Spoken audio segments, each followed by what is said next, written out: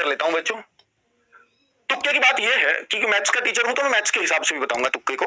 बच्चों जैसे कोई 4 विकल्प हैं किसी चीज में और आप 4 क्वेश्चन करते हो और चारों पे मान लीजिए पहला, दूसरा, तीसरा और चौथा आप ए ऑप्शन लगाए हो, किसी बच्चे ने बी लगा दिया या किसी ने सी लगा दिया, किसी ने डी, ये 100% एक प्रश्न सही हो जाएगा।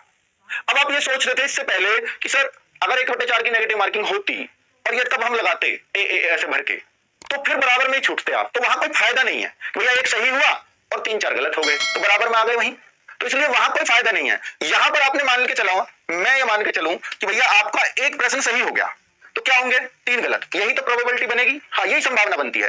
3 गलत हो गए तो इन 3 गलत की वजह से आपका कितना कटा 0.75, ये माइनस हुआ और इसकी वजह से मिलेगा कितना 2 नंबर। नेगेटिव मार्किंग समझा रहा हूं आपको। तो कैसे हुआ ये, बी भी लगा दोगे ना 4 में तो एक सही हो जाएगा पक्का और एक सा भरना। तो भैया ये आपका जो है ना फिर भी फायदा कितना रहा, ये वो क्वेश्चन थे जो मुझे बिल्कुल नहीं आते थे।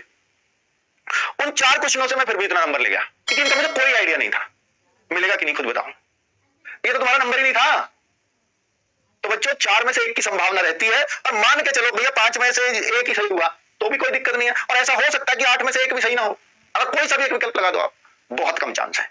अगर 1 भी सही ना हो 8 में से तो होगा नुकसान। और ऐसी कभी कोई संभावना नहीं। आप कभी भी चेक करना कि जो एग्जाम में, हालांकि वो कभी ऐसे सोच के नहीं बनाता, लेकिन अगर आपके एग्जाम में 80 क्वेश्चन आए ना, 80 क्वेश्चन आए ना, तो ये संभावना जरूर होगी कि भैया 20 क्वेश्चन के लगभग ए उत्तर होंगे और लगभग 20 क्वेश्चन के बी उत्तर होंगे और लगभग 20 क्वेश्चन के सी उत्तर होंगे और लगभग डी होंगे। ऐसा जरूरी नहीं है कि ए पे 20 ही क्वेश्चन हो, ऐसा हो सकता है इसमें 22 हो, इसमें 18 ही रह जाए, पर लगभग वही आएगा।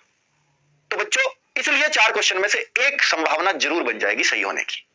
इसलिए मैं कह रहा हूं कि जो क्वेश्चन आपको थोड़ा, मान लीजिए 4 ऑप्शन है ए बी सी डी, ये 4 ऑप्शन आए आपके, ये आपको बिल्कुल भी नहीं आता, मतलब ये क्वेश्चन आपको पता है कि इसका उत्तर ये नहीं हो सकता, लेकिन इन 3 में से कोई एक जरूर होगा।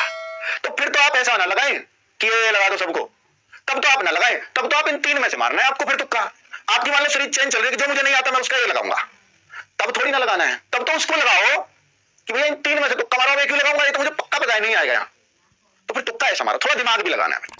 ठीक है, तो ये मैं आपको वो दे रहा हूं क्योंकि कई बार ऑप्शन में पता लग जाता है कि ये नहीं होगा, तो फिर तुक्का आप अपना बदल दो। ठीक है, चलिए, तो मैं एक बात ये कहना चाह रहा हूं बच्चों कि अगर आपको कोई भी प्रश्न नहीं आता, मतलब आपने देखा कि 8 प्रश्न मैं बिल्कुल मैं कर ही नहीं पाऊंगा, इनका मुझे और थोड़ा कुछ नहीं पता, अब मैं इनको छोड़ूंगा लगाऊं, तो मैं कहूंगा लगा दो।